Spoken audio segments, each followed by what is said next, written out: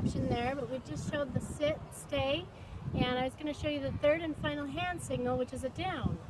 So you start, you just sit,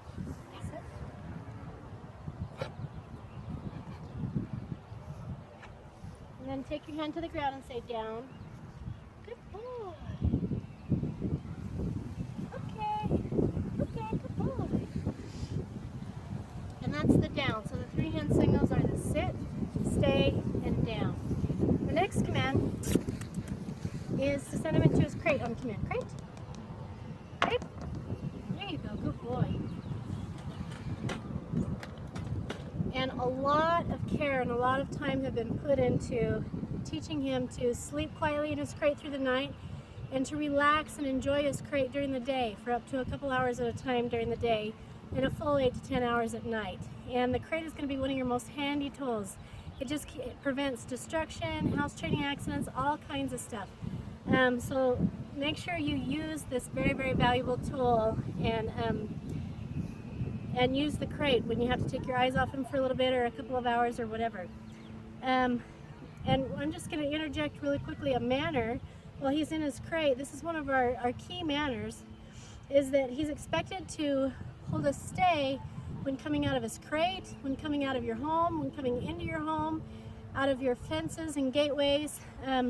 Anytime he's going to pass through a door, he's expected to stop and wait for you to give him verbal permission to go through.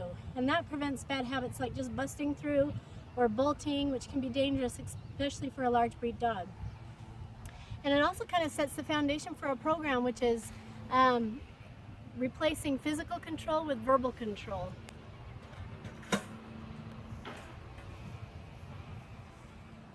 Okay, good boy. So I don't have to tell him stay, it's just an implied stay, but he knows whenever he's allowed out, he has to wait for you to give him that release, and make sure you continue to ask for that. So we've done come, sit, stay, down, crate. The next command, good boy, and he loves playing with toys, is to drop it on command. Whoops. Ready? Ready? Oh, maybe he wants the bottle. I'll try the bottle. Good boy. Good boy. Woo. Ready? Ready?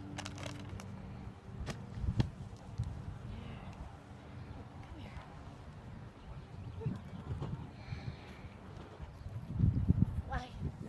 I can't get him to grab it. But basically, he's expected to, when you're playing with toys and things, and this is especially important with kids, because I really encourage people to encourage their kids to use toys to play with. Because dogs and puppies by nature are so oral, it gives them something to put their mouth on. But, and he does really, really good at this, he's expected to open his mouth and release something into your hand rather than you getting in the habit of pulling it out of his mouth. And like I said, he does a really good job of that. He's just hot and doesn't want to play with the toy right now. But yeah, he's expected to open his mouth and release the toy to you, and the command is drop it.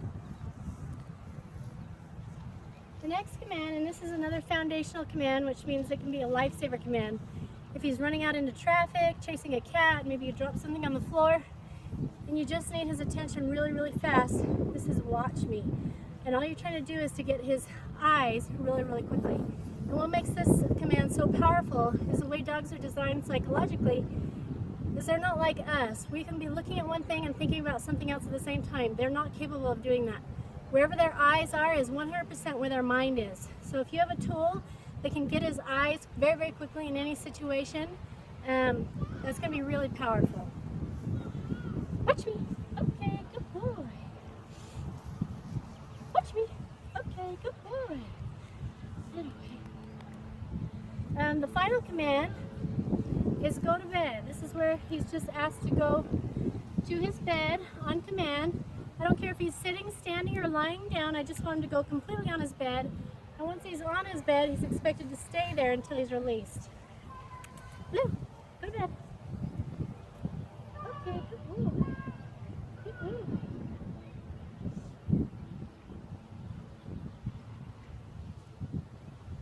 Okay, good boy. this is another really handy obedience behavior, and something I recommend that you continue to build with. For example, most families have a downtime in the evening, a natural downtime when you watch a show or read a book or just spend time as a family or whatever. Have his bed there and ask him to go do a downstay on his bed and have a hold of his leash and just build that up. He's got a phenomenal stay for a puppy right now, but you need to build that up to 5-10 minutes, and easily within his first year you can get a good 1 to 2 hour downstay on his bed if you just continue to ask for a little bit more every day. And he's done really well with that. So that concludes the obedience commands. Now he's going to cover the manners. I covered our first manner, where he's expected to hold a stay every time you go in and out of a door, a gate, or his crate. The next one is just as a default behavior. Good boy. Every time he approaches you, you want him to approach you and greet you with a sit. And that's something you really want to continue to ask for consistently. We spend a lot of time asking him to sit every time he approaches us, and that does 3 things for you. Number 1, it gets him planted so he's not moving all around. Number 2, when his butt goes down, his eyes come up to you and his attention is focused on you. And the third thing is it's a really great replacement behavior that prevents him from learning to jump up on you to greet you. So a sit for a greeting is much better than jumping up on you to greet. So make sure you continue to ask for that. Another one of his manners that he's done a really great job with is we've taught him to have a very soft mouth and to use his lips and his tongue to take food from your hands and be very aware of where the food ends and your fingers begin. And if he ever needs a reminder on that, maybe you have something really yummy or there's another dog around, just say the word gently and hold on to whatever you have in your mouth until he's very soft and he uses his lips and his tongue to take the food from your fingers rather than his teeth. And that's a soft mouth. Good boy. Another one of his manners, and we've sent you a video about this before, is his mealtime manners, where he's expected to hold a sit, stay, and wait for his food until he's released to eat his food. And that's just a no-brainer. We all feed our dogs twice a day anyway, so use that time to really build on this behavior and get him focused on you as a leader and strengthen that leadership bond by asking for that stay and building the time and the distractions and everything else into it. Good boy. So that pretty much covers our manners. The other aspects of the training program are house training, and there's not much to demonstrate here about house training, but we really go into a lot of detail about that in our training manual. And by all means, if you have any questions, give us a call. Blue's done a great job. He's expected to hold his potty in the house for at least 2 hours without needing a potty break, and to be consistently ringing the bell to let us know he needs to go outside to go potty. And he's achieved that standard, and he's done really well with that. Just make sure when you first bring him home, he knows how to communicate with us. He's going to need to transfer that to you. And we go into that again in detail in the training manual, but just make sure that first couple days that you just set that time aside. And you set an alarm on your phone or whatever for every 30 minutes or so, and take him to the door, give him the opportunity to ring the bell, take him out and give him a potty break. So those first couple days you get lots of repetitions and he knows exactly how to communicate with you when he needs to go potty.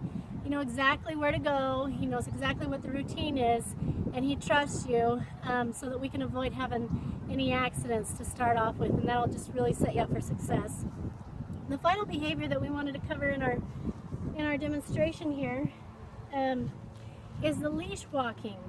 And this one by far is a bulk of time has gone into the leash walking. And basically we want to maintain this J shape in the leash, and we want to ask him for a sit every time we stop and keep his attention on us. Basically we want him to change directions when we change directions, stop when we stop, go when we go. And there's 2 commands that we use when we're leash walking. When we want to go, we say, let's go, and I'll show you that here in a second. And if he pulls ahead and you need him to come back and put slack back in the leash, we say, easy. And we stop, and it's really important you stop and you wait for him to respond, and he's very responsive, and put that slack back in the leash. Let's go, come on.